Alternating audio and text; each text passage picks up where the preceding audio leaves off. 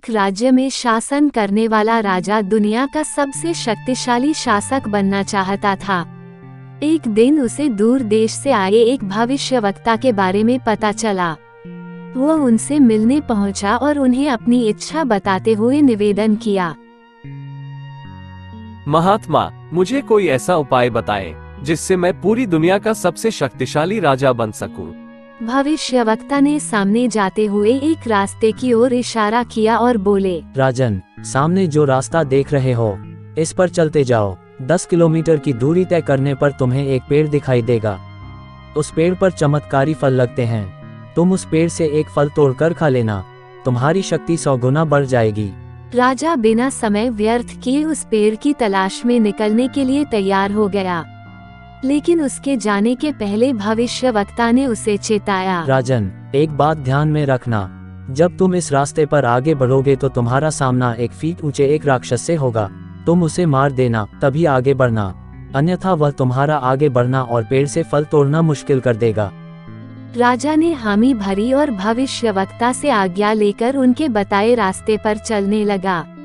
1 kilometre की दूरी तय करने के बाद अचानक एक राक्षस उसके सामने आया और उसका रास्ता रोक लिया।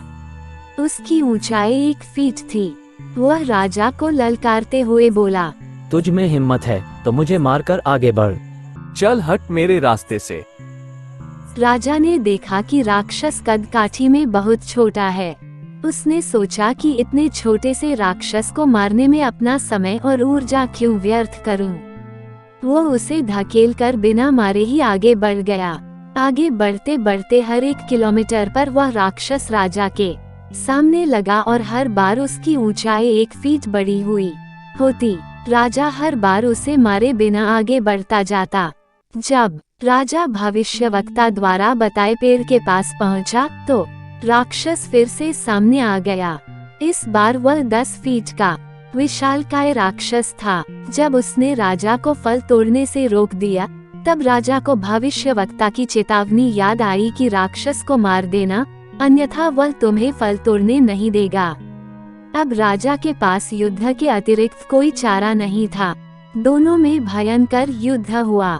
कई बार स्थिति ऐसी बनी मानो राक्षस राजा को मार देगा, लेकिन अंत में किसी तरह राजा राक्षस को मारने में सफल रहा। फिर उस चमत्कारी पेड़ का फल तोड़कर खाकर उसने चैन की सांस ली। लक्ष्य प्राप्ति की दिशा में जब हम प्रयासरत रहते हैं तो हमें कई बार छोटी छोटी समस्याओं और चुनौतियों से 2-4 होना पड़ता है। हम अक्सर उन्हें छोटा या तुच्छ जानकर नजरअंदाज कर देते हैं और उनका निराकरण नहीं करते। फिर धीरे धीरे वही समस्याएं और चुनौतियां बड़ी होती चली जाती हैं। एक समय ऐसा आता है जब उन्हें नजरअंदाज करना संभव नहीं हो पाता और वे हमारे लक्ष्य प्राप्ति के मार्ग का रोड़ा बन जाती हैं। कई बार उस रोड़े को पार कर पाना हमारे बस के बाहर हो जाता है और कई बार उन्हें सुझाने में हमारा बहुत समय और ऊर्जा बर्बाद हो जाती है। बाद में हम पछताते हैं कि हमने पहले उसका समाधान क्यों नहीं निकाला। इसलिए बाद में पछताने से बेहतर है कि समस्याएं शुरुआत में उस वक्त ही